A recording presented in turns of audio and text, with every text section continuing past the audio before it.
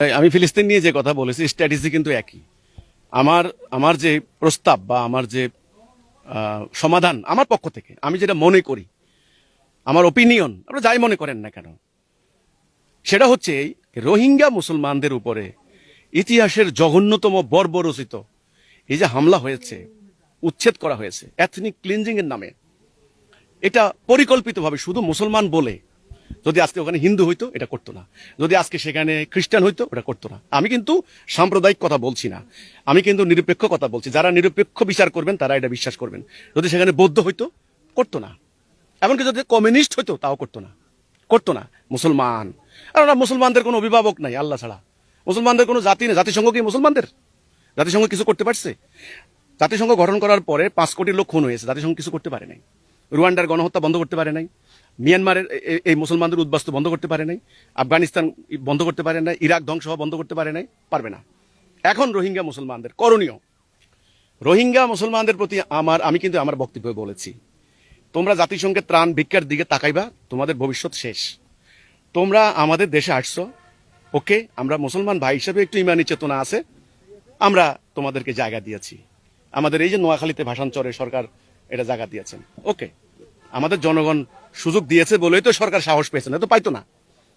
এটা তোমাদের ভবিষ্যৎ নয়, স্থায়ী সমাধান নয়। যে কোনো মূল্যে, যেই কোনো ভাবে রোহিঙ্গা মুসলমানদেরকে তাদের নিজের বাড়িতে ফেরত যেতে হবে। রোহিঙ্গাদের প্রত্যাবাসন প্রক্রিয়া শুরু করতে হবে। এটা প্রক্রিয়া কেউ করবে না। জাতিসংঘ কি বলেছে? মহাসচিব উনি যেটা মানে আজকে বর্তমান যিনি মহাসচিব তিনি সফর করে কি বললেন? তিনি বললেন যে রোহিঙ্গাদের আশেপাশের রাষ্ট্রগুলি প্রেসার দেওয়া দরকার। কে?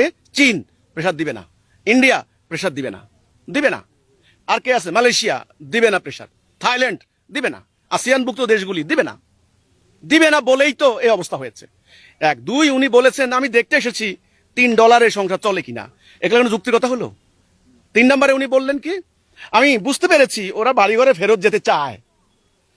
এই সমস্ত কথাবার্তা জাতিসংঘের মহাসচিব যদি বলে থাকেন, দুঃখজনক। উনি মহাসচিব, সারা ওয়ার্ল্ডে 10 কোটি লোক উদ্বাস্তু, উনি জানেন না বাড়ি ঘর ক্ষেত খামার ছেড়ে গেলে মানুষের প্রাকৃতিক ডিমান্ড টান, মানুষ জীবন দিতে চায় তবু বাড়ি ঘরে ফেরত যেতে চায়।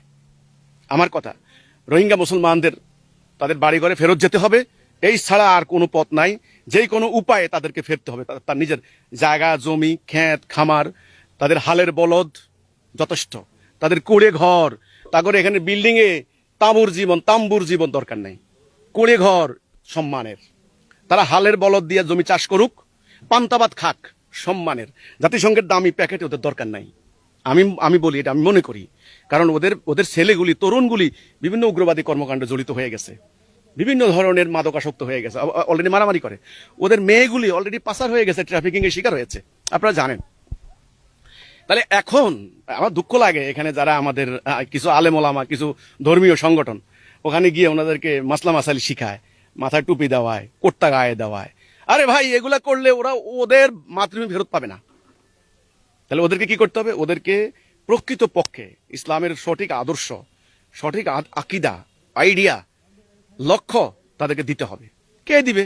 আল্লাহর পক্ষ থেকে যদি কেউ দেয়, দিতে হবে। এখন তো তারা বিচ্ছিন্ন বিক্ষিপ্ত, কেউ এদিকে কেউ ওইদিকে, কেউ সন্ত্রাস করে, পুলিশে ধরে, এগুলা করছে। আন্তর্জাতিকভাবে ওদেরকে কয়েকদিন পরে দেখবেন সন্ত্রাসী হিসেবে মানে তকমা লাগিয়ে দিবে। তারা রোহিঙ্গা মানে সন্ত্রাসী, ওরা আর যেতে পারবে না। ওদিক দিয়ে অলরেডি জাতিসংঘের মহাসচিব এ ধরনের একটা ইঙ্গিত দিয়ে গেছেন যে বাংলাদেশকে আরাকান আর্মির কাছে, অর্থাৎ ওই যে মিয়ানমারের যে অংশটা রাখাইন প্রদেশ, ওখানে মানবিক সহায়তা পাঠানোর জন্য বাংলাদেশকে করিডোর হিসেবে ব্যবহারের প্রস্তাব দিচ্ছে।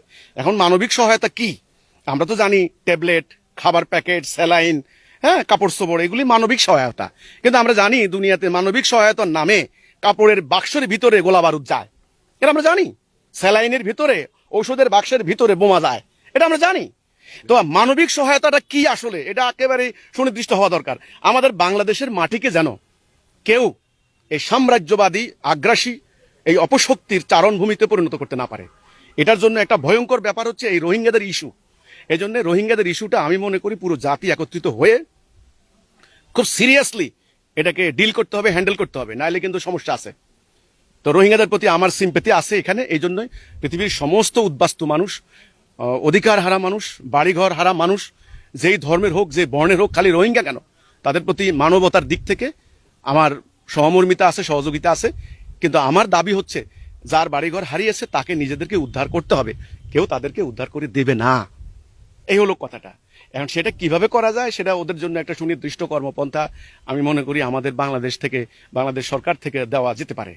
সরকার কতটুকু করতে পারবেন আমি জানি না, কিন্তু রোহিঙ্গাদের এই সমস্যার সমাধান রোহিঙ্গারাই করতে হবে। এবং আল্লাহ রসুলের সাহাবীরা যেভাবে রক্ত দিয়ে খেয়ে না খেয়ে গাছে লতা পাতা খেয়ে মদিনা রক্ষা করেছেন তাদের আবাসভূমি, ঠিক তেমনি নিজেদের আবাসভূমি, নিজেদের ব্যবসা বাণিজ্য, নিজেদের ক্ষেত খামার, নিজেদের ভবিষ্যৎ নিজেরাই রক্ষা করতে হবে, কেউ তাদেরকে দিবে না। এটা হলো আমার কথা। আর যদি আল্লাহর উপর ভরসা রেখা যদি তারা তাদের আবাসভূমিতে ফেরত যায়, তা আল্লাহ বলছেন আমি মোমেনের ওয়ালি, মোমেনের অভিভাবক, কাউকে ভয় করার দরকার নাই। এই কিন্তু এখন সেটা তারা কতটুকু করবেন জানি না।